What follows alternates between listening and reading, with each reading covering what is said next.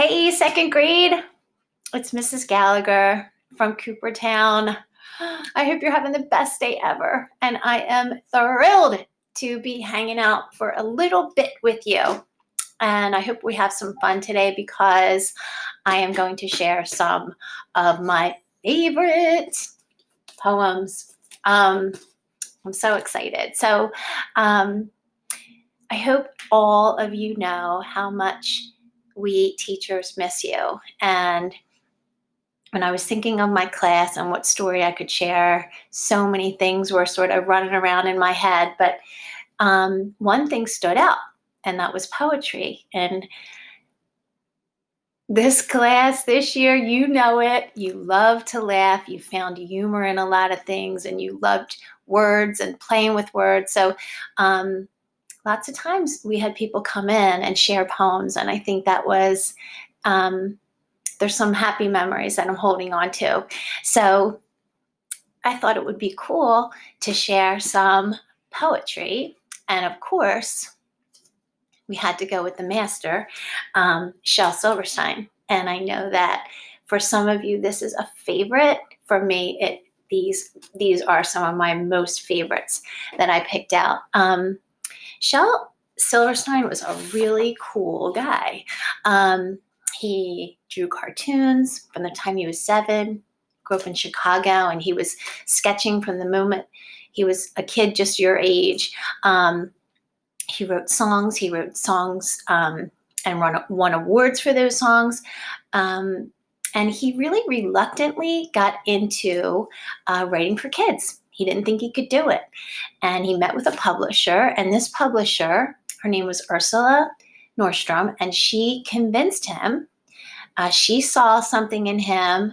And, I am so grateful to Ursula, because if she didn't encourage him and sort of say, you can do it, I don't know if we would have all these amazing things that Shel Silverstein has created they say for kids, but I say for everyone, because I really enjoy them, and I'm a little bit older than a kid. And in fact, this story, the first volume or the first book of poems that he has created, he dedicated to her. So I thought that was cool too.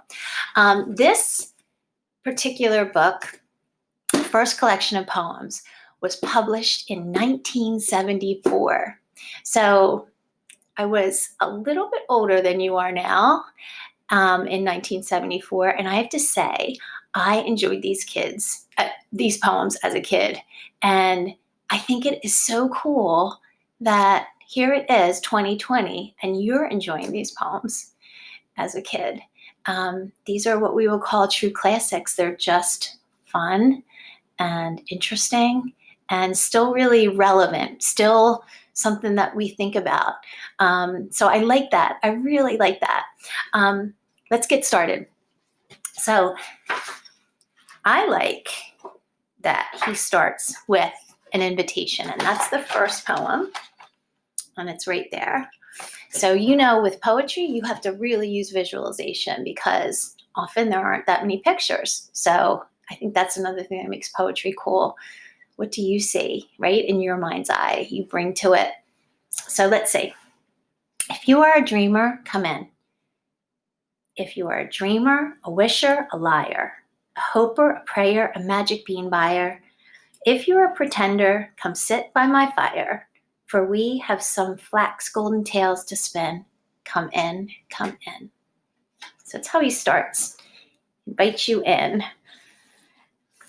The first poem I am going to share, besides that invitation, this is called For Sale. And I tease my son. Of course, we're home with your families, right? And I think this is one that he probably has recited at least once. Let's see. For sale. One sister for sale, one sister for sale, one crying and spying young sister for sale. I'm really not kidding. So who'll start the bidding? Do I hear $1, a nickel, a penny?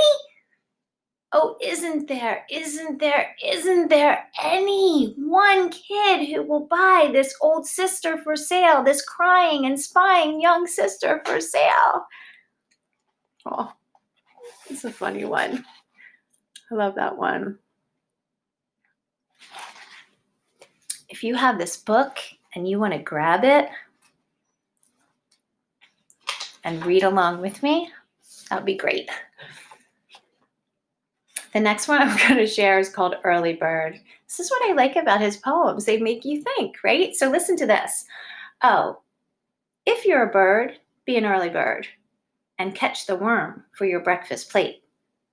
If you're a bird, be an early bird. But if you're a worm, sleep late. It's funny, right? He always thinks about like whose point of view, right? When we talk about point of view, well, if you're the bird, get up. If you're the worm, you better sleep in.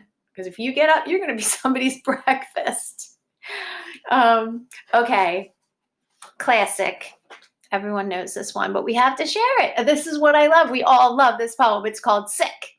And if you haven't heard it, oh my, you're going to love it. And if you have heard it, grab your book and read along with me. Here we go. Sick.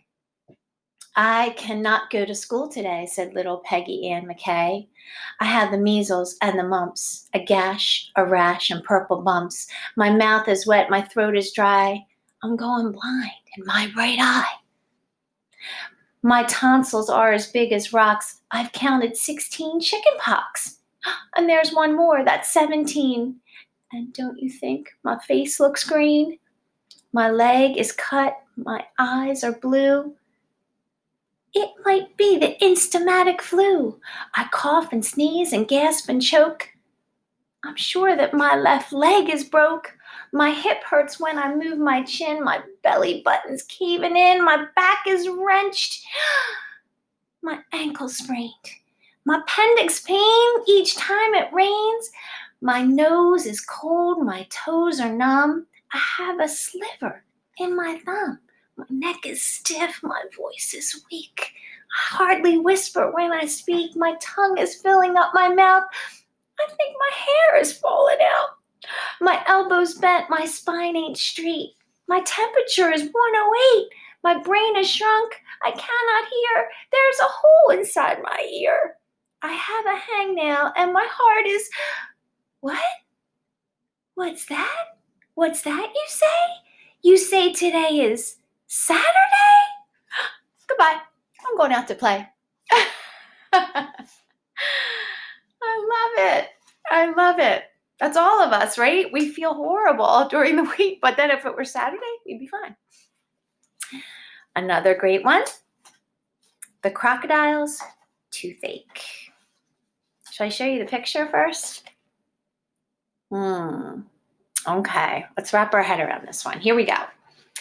The crocodile went to the dentist and sat down in the chair. And the dentist said, "Now tell me, sir, why does it hurt and where?" And the crocodile said, "I'll tell you the truth. I have a terrible ache in my tooth." As he opened his jaws so wide, that the dentist, he climbed right inside. And the dentist laughed. Oh, isn't this fun? As he pulled the teeth out, one by one.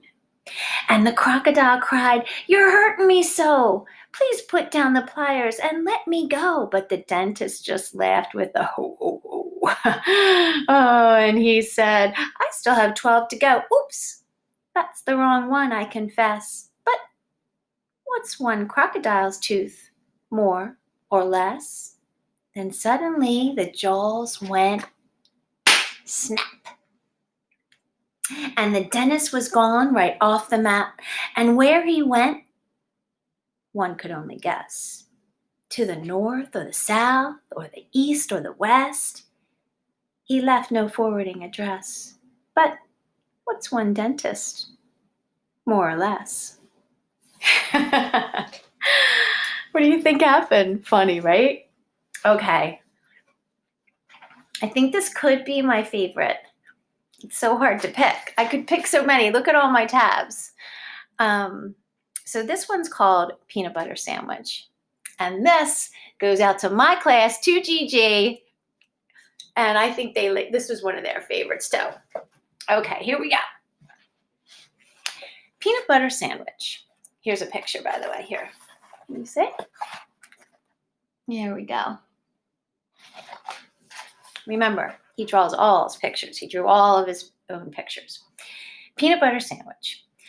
I'll sing you a poem of a silly young king who played with the world at the end of a string, but he only loved one simple thing, and that was just a peanut butter sandwich. His scepter and his royal gowns, his regal throne and golden crowns were brown and sticky from the mounds and drippings from each peanut butter sandwich. His subjects all were silly fools, for he had passed a royal rule that all that they could learn in school was how to make a peanut butter sandwich. He would not eat his sovereign steak. He scorned his soup and kingly cake and told his courtly cook to bake an extra sticky peanut butter sandwich. And then one day took a bite and started chewing with delight, but found his mouth was stuck quite tight from that last bite of peanut butter sandwich. His brother pulled and his sister pried. The wizard pushed and his mother cried. My boy's committed suicide from eating his last peanut butter sandwich. The dentist came and the royal doc. The royal plumber banged and knocked. But still, those jaws stayed tightly locked. Oh, darn, that sticky peanut butter sandwich. The carpenter, he tried with pliers. The telephone man tried with wires. The fireman, they tried with fire, but couldn't melt that peanut butter sandwich. With ropes and pulleys, drills and coil, with steam and lubricating oil for 20 years of tears and toil, they fought that awful peanut butter sandwich. Then all his royal subjects came. They hooked his jaws with grappling chains. They pulled both ways. Ooh. With might and main against that stubborn peanut butter sandwich. Each man and woman, girl and boy put down their plows and pots and toys and pulled until crack. Oh, joy. They broke right through that peanut butter sandwich. A puff of dust, a screech, a squeak. The king's jaw opened with a creak, and then in a voice so faint and weak, the first words that they heard him speak were, how about a peanut butter sandwich? Can you believe him? Oh man, that makes me laugh out loud. Okay, so let's say, I think I have one more. Let's say, I could do more, I know. Let's say, all right, let's end with a sweet one, okay? So the last one I'm going to share is called Hug-A-War. I will not play at tug-a-war. I'd rather play at Hug-A-War, where everyone hugs instead of tugs, where everyone giggles and rolls on the rug, where everyone kisses and everyone grins, and everyone cuddles and everyone wins. I hope you have a great day today. I hope you enjoyed the poems. I know I did. I really enjoyed sharing them with you. I'll see you later.